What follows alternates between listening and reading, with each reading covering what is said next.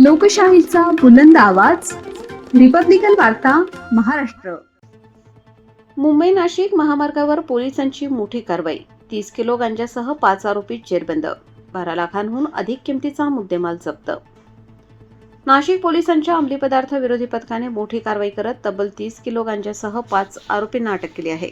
जप्त करण्यात आलेल्या गांजाची बाजारातील किंमत 12 लाख रुपयांहून अधिक असल्याची माहिती पोलिसांनी दिली. मुंबई नाशिक महामार्गावर संशयास्पद हालचालींची माहिती मिळाल्यानंतर पोलिसांनी सापळा रचून छापा टाकला. या कारवाई दरम्यान आरोपींकडून मोठ्या प्रमाणात गांजा जप्त करण्यात आला.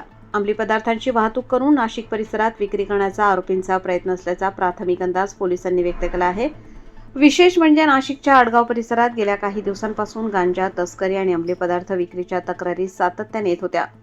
नागरिकांकडून मिळालेल्या माहितीनंतर पोलिसांनी गुप्त तपास सुरू केला होता. त्यानंतर अंमली पदार्थ विरोधी पथकाने ही धडक कारवाई करत 5 आरोपींना ताब्यात घेतले. या कारवाईमुळे परिसरातील अंमली पदार्थ तस्करांमध्ये खळबळ उडाली असून पोलिसांकडून आरोपींची सखोल चौकशी सुरू आहे. या प्रकरणामागे आणखी कोणते रॅकेट कार्यरत आहे का याचाही तपास पोलीस करत आहेत. नाशिक पोलिसांनी अंमली पदार्थांविरोधात कठोर भूमिका घेतली असून अशा बेकायदेशीर धंद्यांवर पुढेही कठोर कारवाई सुरू राहणार असल्याचा इशारा दिला आहे. रिपब्लिकन वार्ता महाराष्ट्र न्यूजसाठी विशेष प्रतिनिधी Sandeep Dwivedi, Nashik. Subscribe now and press the bell icon. Never miss an update.